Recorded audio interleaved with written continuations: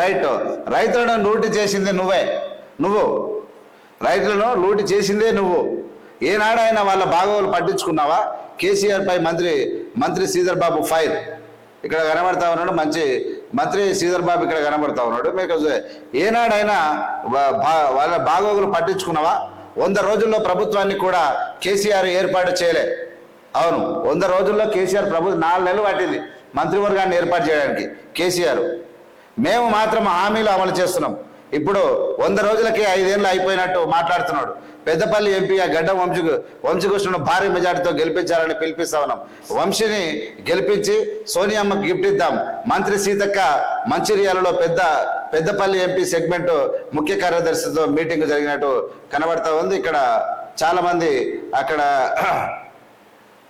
కరీంనగర్కి సంబంధించినటువంటి పెద్దపల్లిలో వంశీకృష్ణను గెలిపించాలని చెప్పి శ్రీధర్ బాబు పెద్ద ఎత్తున హామీలు ఇచ్చి ప్రజలను మోటివేట్ చేస్తాడు. 100% వంశీ గెలవక తప్పదు.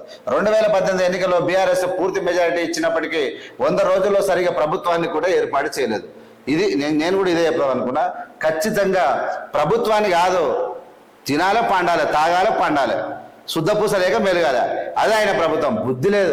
100 రోజుల్లో ఇంత మంచి పనులు చేస్తే ఈ ప్రభుత్వానికి పేరు పెట్టేటువంటి సన్నాసులు తయారయ్యారు. ప్రభుత్వాన్ని ఏర్పాటు చేయలేమని తాము మాత్రం సర్కారు కొలువు తీరిన 2 రోజుల నుంచి హామీలు అమలు చేస్తున్నామని మంత్రి శ్రీధర్ బాబు అన్నారు. ఎక్సలెంట్, వెరీ గుడ్, ఇది రైట్.